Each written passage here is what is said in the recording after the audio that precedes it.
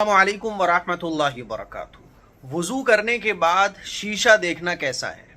آج میں بریلی میں ہوں اور ایک ہوٹل میں رکا ہوا ہوں۔ بہت سارے اپنے بھائیوں اور بہنوں سے ملاقات ہوئی تو کسی نے یہ سوال بھی پوچھا کہ وضو کرنے کے بعد آئینہ دیکھنا کیسا ہے۔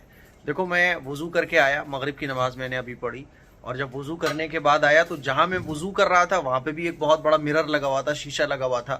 اور وضو کرنے کے بعد جب میں اپنے روم پر آیا تو یہاں پہ بھی بہت بڑا مرر لگا ہوا ہے۔ دیکھو، میں آپ کو دکھانا چاہتا ہوں۔ دیکھو، جیسے یہ اب اتنا بڑا مرر لگا ہوا ہے۔ وضو کر کے آپ آئے اور شیشے کے سامنے کھڑے ہو گئے، نو پرابلم، کوئی پریشان ہونے والی بات نہیں ہے۔ ہم لوگ جو ہے نا، پتہ نہیں یہ باتیں کہاں سے چلتی ہیں اور ہم لوگ بھی ان کو فالو کرنا شروع کر دیتے ہیں۔ وضو کرنے کے بعد آئینہ دیکھنے سے وضو نہیں ٹوٹتا ہے۔ اب دیکھو، آج کل وضو جو واش بیسن لگا ہوتا ہے تو اس کے اوپر بھی ایک بہت بڑا مرر لگا ہوتا ہے۔ میں وضو کر رہا تھا، وہ چیز میرے ذہن میں آئی، میں نے سوچا کہ آپ لوگوں کو یہ مسئلہ کلیئر کروں۔ آئیے دیکھو، میں آپ کو دکھاتا ہوں۔ اب دیکھو آپ، یہاں یہ واش بیسن ہے، میں نے یہاں وضو کیا۔ اب میں وضو کر رہا ہوں، نہ جانے کتنی بار میری نظر خود پر پڑ رہی ہے یہ لگے ہوئے شیشے پر۔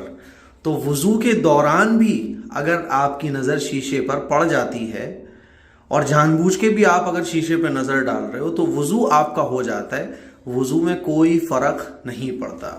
اب اللہ بہتر جانے یہ مسئلے کہاں سے چلتے ہیں کہ وضو کرنے کے بعد شیشہ دیکھنے سے وضو ٹوٹ جاتا ہے۔ نہیں ٹوٹتا ہے۔ اب دیکھو، اس طرح کے جو ہے نا مرر لگے ہوتے ہیں منہ دھونے کی جگہ پر، واش بیسن پر، تو نو پرابلم۔